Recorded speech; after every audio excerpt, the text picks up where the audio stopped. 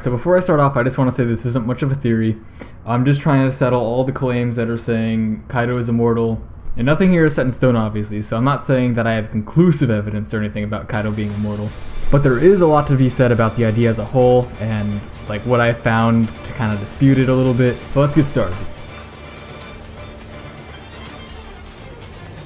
Let's just start off in the first few panels of the manga when we're actually introduced to Kaido.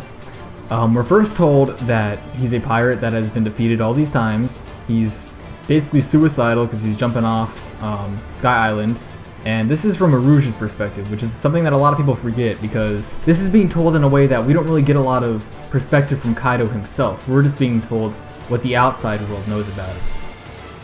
Now in this next panel, we're told that Kaido was a fugitive at some point in his life. Now this could have been recent, this could have been a long time ago, but it's assumed basically that he was the one being captured. But this doesn't seem likely because Kaido is just a strong dude. He can easily resist Navy forces. This isn't like a problem for him, so it can be assumed that maybe he could have turned himself in, he could have gotten captured out of his own like stupidity. So we don't really know for sure how he's getting captured or how he's getting beaten or who he's getting beaten by. Now some people want to assume that he's a runaway slave, or that he was a runaway slave. And this doesn't make much sense to me because if he's a fugitive on the run from the Navy wouldn't want to chase after some slave. They would probably want to chase after someone who has done bad things or who has a bad reputation. And Kaido probably has all of these aspects, just like even Luffy does. And Luffy wasn't a slave. He has the government chasing after him all the time. So this could have been the reason for his capture, or even the fact that he could have just turned himself in. I mean, we don't know. Maybe he was testing his own strength to see how he can get out of Impel Down. There's like a lot of possibilities here that people haven't even considered yet. And then we find in this panel that he isn't even suicidal. He's just doing this for fun. It's amusing. He does it as a hobby, which would really fit his character because we're about to get him for a whole arc, probably as the main antagonist. So if he's like this suicidal dude who wants to kill himself and he doesn't like life and he just wants to end it, then that would be a pretty weird antagonist to have. But if he's doing it for fun, if he finds jumping off huge distances amusing, then that would really fit his character. Now in this last panel, it's sort of implied that Whitebeard was an old rival with Kaido, and that Whitebeard was the only one who could really damage Kaido because of his earthquake fruit.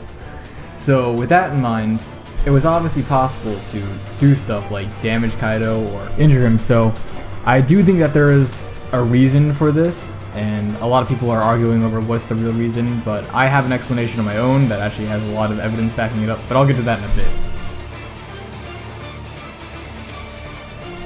Now, one of the most widely believed ways for Kaido's immortality is supposedly Law's Opi no ability to give immortality surgery. Now, people think that the previous owner of the Opi no Mi gave Kaido immortality by using that surgery on him. But there are two big problems with this idea. First off, there's too big of a time gap between the two users of the Opi no Mi. If you consider the fact that devil fruits take time to respawn and then for people to find them, and then for people to sell them, it would just be really strange to have the previous user die and then for it to like immediately respawn and then people to find it, and then for it to go directly to Law. There's way too big of a time gap, and Kaido still looks like he's in his youth somewhat. So for him to get that surgery, probably at a young age, then it's just so inconsistent, and I can't see that playing out. But even if you want to argue for the sake that it is consistent, or that somehow it was just luck that it ended up that way, then there's also the fact that immortality does not make you immune to damage. So if Kaido were immortal and he fell from that huge distance, he would still get injured. He would still break a few bones, and even if he got like his head cut off or something, he would still be alive, but he just wouldn't be able to resist any sort of like wounds, basically.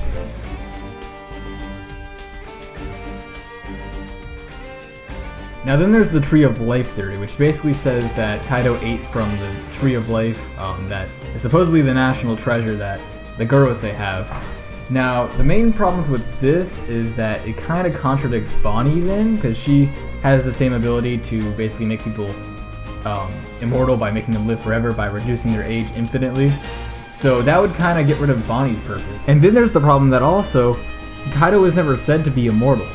Like, people would just kind of like assume that he was immortal, but he's never been directly stated to be immortal. It just says that he was able to resist like being stabbed, or he was able to resist, you know, that huge fall. That's all that's been said. Nothing has been said about him being immortal. The way, though, that they're supposed to be able to reverse this immortality is by using Law's power to basically kill himself and then sacrifice his life to reverse the surgery. But I think that this would just be really weird for One Piece, and it would just be really strange to see Law just sacrifice himself and that's it, rather than him like dying in battle or something. I just don't think that it would really fit in the story very well, especially since we don't even know if he's immortal or not. So there's just a lot of flaws in this one, but obviously it's still possible. I just don't think it really works with anything that we've seen so far. But if by some chance he is immortal, then yeah, this is definitely a big possibility. Now let's go with what we know for a fact. Back in Impel Down, we were introduced to awakened zones, and we were basically told by Crocodile that awakened zones have extreme durability and endurance and extreme regeneration. They're also extremely big and stuff. So these guys, from what we saw, the Minotaurus, or the Minotaur, whatever they called him, Luffy was able to use a jet pistol on him and a bazooka. He used tons of moves on him, and he just kept getting back up, like he just shook it off as if it was nothing. So let's just say Kaido is like a mythical zone or something, which is pretty obvious at this point. I think a lot of people agree with that. But if he's a mythical zone and he has an awakened ability where he can regenerate and stuff, and he's a master of it, imagine how insane his regeneration is. He can obviously survive that fall like it's nothing. So it's really no wonder that the guillotine and all the different ways of execution didn't really work on him, because he has extreme endurance, and if he were ever injured, it would just regenerate right away. So he would need someone like Whitebeard to be able to like hurt him in order for him to be a real rival. And maybe even Shanks, but I doubt Shanks would, because Shanks is a pacifist and it just doesn't seem like him to go around starting wars with other Yonkos. And then there's obviously the counter argument that if he has a devil fruit, why doesn't he just jump in the water and drown himself? And yeah, that would work theoretically, but he does suicide as a hobby. It's not like something he really wants to do. So far, it's only been shown that he just wants to, you know, see how far he can jump before he, you know, dies. And apparently, Sky Island is too low. So it will take something like extreme, like maybe Luffy's Gear 5th, or back in the past, like Whitebeard's Earthquake power, in order to actually take him down, or even make him, you know, break a few bones. Like, that's what it's gonna take. And lastly, there's also the counter argument that why don't the Marines just use Sea Stone Cuffs in order to, you know, weaken him and then kill him if he has a devil fruit? Well, back when he got captured, which is probably like a few years back, they probably didn't have Sea Stone Cuffs at the time, because this was back when Vegapunk hadn't really invented a lot of the cool stuff like pacifistas. Pacifistas and Sea Stone Cuffs are all pretty recent for the most part. So if he got imprisoned even 10 years ago, they didn't have all that technology back then, so they wouldn't have known to do that, and they were probably just curious on how he's surviving all these, you know, guillotines and all of these attacks. But that's just my idea on it, you know, nothing set in stone once again, but that just seems to be the best factually backed up argument, considering the fact that we don't know he's immortal, and an awakened mythical zone would be able to survive all those things.